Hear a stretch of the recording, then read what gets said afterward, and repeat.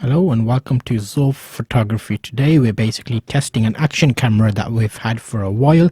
It is the Argos Vibe 1080p action camera, and you can see the actual footage from the camera right now. So we're taking Max for a quick walk. It's a sunny morning, so the lighting conditions are okay.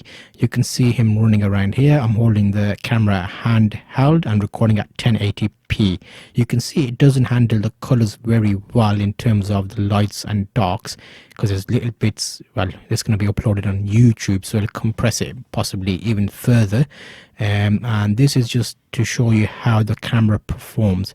So here's some shots of some daffodils, and here is a quick comparison in actual direct sunlight, and you can see the back of him. He looks slightly green, but he's not green, he's black and like a wolfy colored. So this is something to keep in mind. Gives you an idea of the quality of this cheap action camera and what you can expect from it. It's not an ideal camera for getting great shots on. It's more designed to give you some quick footage of action or scenarios that you wouldn't otherwise get. So here we can see it's just handheld, and I've kind of let him loose there, so it shows you how it performs at a wide distance. You can see further away behind the houses and the trees, it's a bit blown out because of the sky. So that's giving you an idea of the dynamic range, and obviously it's a small sensor action camera, so it's not going to be great.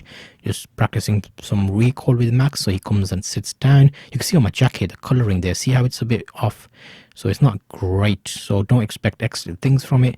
This camera does have a motion detection kind of mode where it detects motion and it starts recording. So these last little clips of the pigeons, I left the camera on the floor and put it in motion detection, and whenever anything went past the camera it started recording. So that's what you're seeing right now. That's a good option to have on this camera if you're doing wildlife photography, for example, or you want to leave the camera out.